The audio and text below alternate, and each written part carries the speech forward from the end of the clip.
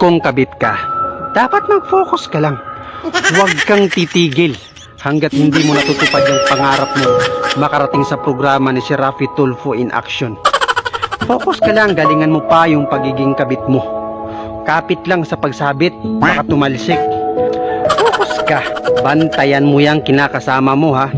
Baka agawin sa'yo ng sariling asawa niya. Nakakahiya naman sa part mong punyeta ka, diba? At proud ka pa talaga, ha? Magaling kang kupal ka. Huwag mong intindihin yung kakapalan ng mukha mo. Total, hindi naman talaga yung tinatablan ng kapal yung pagmumukha mo. Ha? Transparent yan eh. Ha? Na kahit anong masasakit na ikato sa'yo, hindi mo yun mararamdaman. Mag-focus ka lang. Landiin mo lahat ng pwede mong landiin. Kahit yung may mga asawa na, landiin mo lahat ng mga asawa nila. Kahit yung asawa ng kumari mo, landiin mo. Yung asawa ng kumpare mo, landiin mo.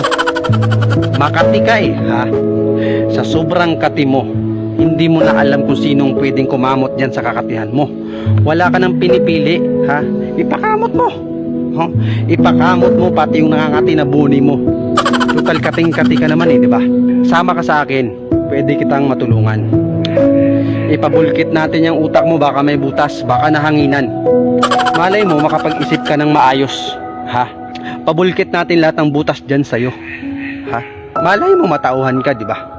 Kung nangangati ka, dapat bumili ka na lang ng steel brush, malaking tulong to. Kiskisin mo, kuskusin mo yung nangangati hanggang sa matanggal pati yung balat. At least, nawala yung kati, hindi ka pa nakaperwisyo ng may sariling pamilya. Effective yung steel wool, pati yung steel brush. Try mong bilhin, mura lang yan. At ikaw naman mister, kung napupundi ka na kay misis, huwag ka naman sana mag-recharge doon sa ibang babae. Huwag ka naman sanang mag-recharge doon kay kumare, ha? Try mong bumili ng battery, tapos ipasak mo dyan sa kukuti mo. Malay mo, lumiwanag yang napunding pag-iisip mo sa asawa mo. At lalong maintindihan mo pa yung kalagayan ng mga anak at asawa mo. 'Di ba?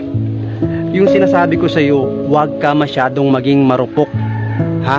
Sinigawan ka lang ng konti, sumampa ka na dun sa kabilang bahay nyo. At baka maisip mo rin na hindi naman talaga masaya magkaroon ng broken family. Ha? Mag-isip ka rin pre.